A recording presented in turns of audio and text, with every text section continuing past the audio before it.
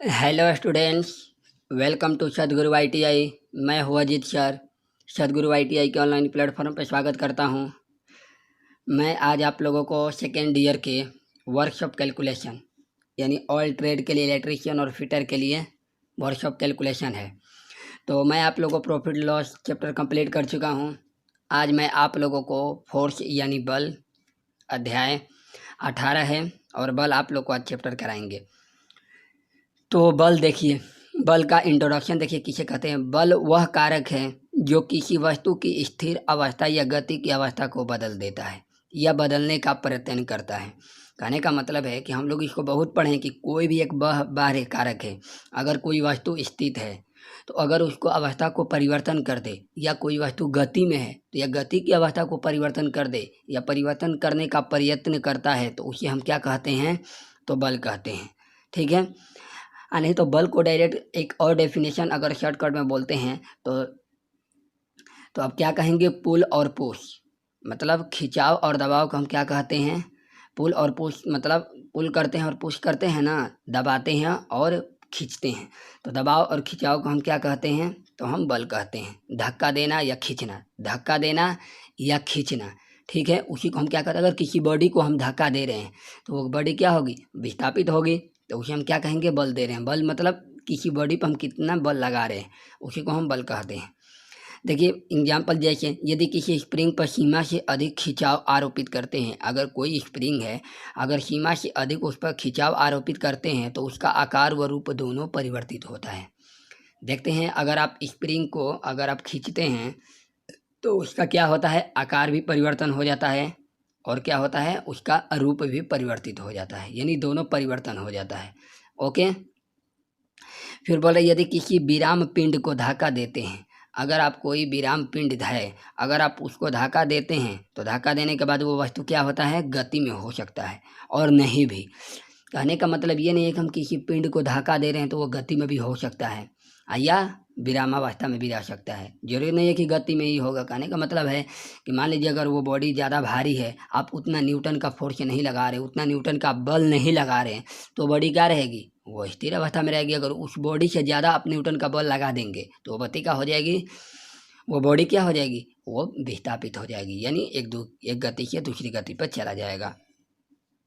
Okay. तो बल किसे कहते हैं? कोई भी अगर वस्तु है तो वो अवस्था में है, स्थिर अवस्था में है या गति में है, जब तक हम उसके अवस्था को परिवर्तन नहीं करेंगे या परिवर्तन कर बदलने का प्रयत्न नहीं करेंगे तो हमारा क्या कहलाएगा? बल कहलाएगा। जब हम उसको बदल देंगे तो ये हमारा क्या कहलाता है? बल कहलाता है। अब देखिए अगला पॉइंट दिया हुआ कि बल के प्रभाव यानी इफेक्ट्स ऑफ फोर्स, यानी बल का क्या क्या प्रभाव है। कहने का मतलब है कि किसी वस्तु पर बल हम कैसे लगाते हैं, कब लगाएंगे, तो कितना क्या प्रभाव पड़ेगा। तो बल किसी पिंड को निम्नलिखित प्रभाव से प्रभावित करता है। अब देखिए कौन कौन प्रभाव से प्रभावित करता है। तो पहला देखिए, पिंड के रूप व आकार में परिवर्तन कर सकता है। पिंड के रूप व आकार में परिवर्तन कर सकता है। अभी आपने स्प्रिंग का एग्जाम्पल देखे थे। अगर आप स्प्रिंग को जब आप खींचेंगे, सीमा से ज़्यादा अधिक खींचेंगे तो उसका रूप भी चेंज हो जाएगा और उसका आकार भी परिवर्तन हो जाएगा। पिंड की गति मंद कर सकता। अगर कोई पिंड है तो अगर मान लीजिए वो पिंड 10 न्यूटन का है, अगर मैं 11 न्यूटन का फोर्स लगा दे रहा हूँ तो वो बड़ी क्या हो जाएगी? मंद नहीं, गति में हो जाएगी। इसमें बोल रहा है कि गति मंद कर सकता। अगर वो कोई मान लीजिए बाइक चल रही है या मान लीजिए कोई साइकिल चला रहा है व्यक्ति, तो जब हम उसको साइकिल को पकड़ कर रोक देंगे तो क्या हो जाएगी? साइकिल रुक जाएगी, यानी मंद हो जाएगी। तो यह हो सकता है बल का इफेक्ट।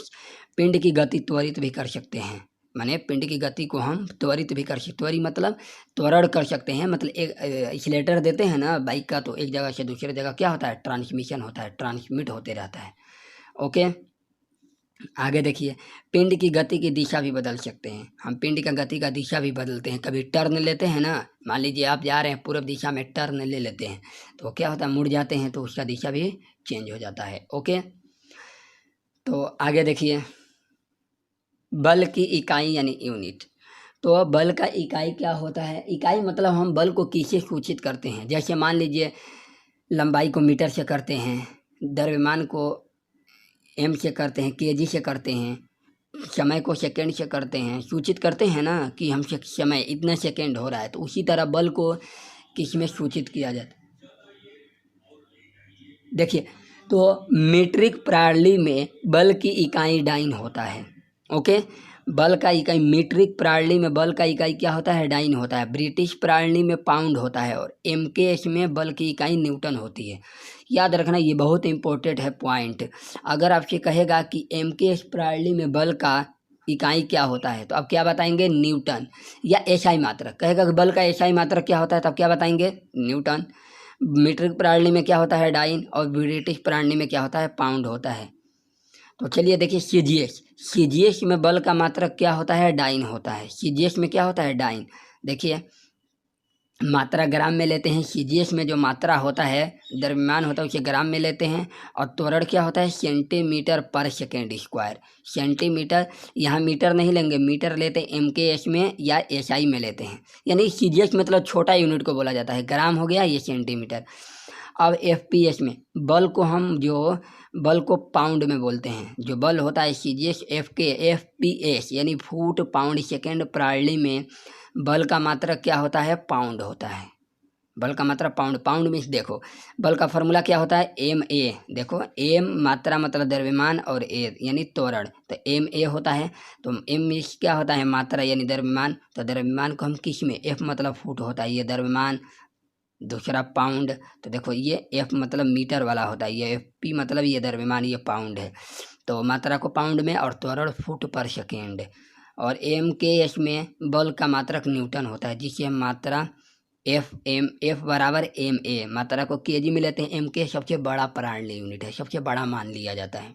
ओके, कैसा मान लेते हैं? सबसे बड़ा मान। तो ए बराबर त्वरण मीटर पर सेकेंड। तो देखो कैसे बल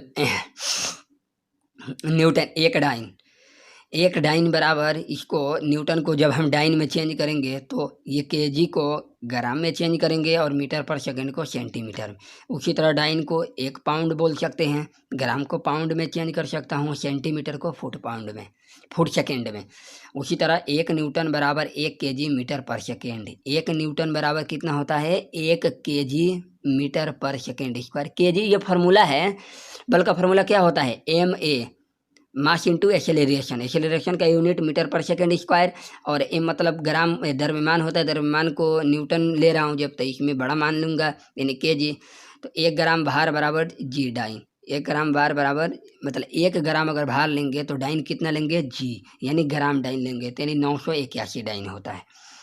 अगर 1 ग्राम भार लेंगे पाउंड में तो जी पाउंड लेंगे, यानी ग्राम क्या लेंगे? पाउंड लेंगे, जी ग्राम पाउंड यानी 32 पाउंड। 1 ग्राम भार, एक पाउंड भार बराबर कितना होता है? 32 पाउंड। 1 केजी भार बराबर कितना होता है? तो 1 न्यूटन यानी ग्राम न्यूटन, जिसे 9.81 कहा जाता है। ओके, तो 1 ग्राम भार बराबर अगर हम ले रहे हैं, अगर 1 ग्राम कोई भार ले रहे हैं, तो अगर हम उसे डाइन में कहेंगे तो जी ग्राम, क्योंकि ग्राम सबसे कम यूनिट होता है। उसी तरह 981 डाइन इसे बोलेंगे हम। उसी तरह 1 पाउंड लेंगे, अगर पाउंड में भार ले रहे हैं तो जी पाउंड बोलेंगे, ग्राम पाउंड, और 32 पाउंड हम इसे कहेंगे, और 1 ग्राम भार को। ओके, तो 9.81। उम्मीद करता हूँ कि आपको ये समझ में आ गया होगा, और आगे हम बलों के टाइप्स पढ़ेंगे। ओके स्टूडेंट्स, तो बल का प्रभाव भी समझ गए, सीजीएस मात्रक, एसआई मात्रक भी समझ गए। तो बल का एसआई मात्रक क्या होता है? न्यूटन। और सीजीएस मात्रक क्या होता है? तो डाइन होता है।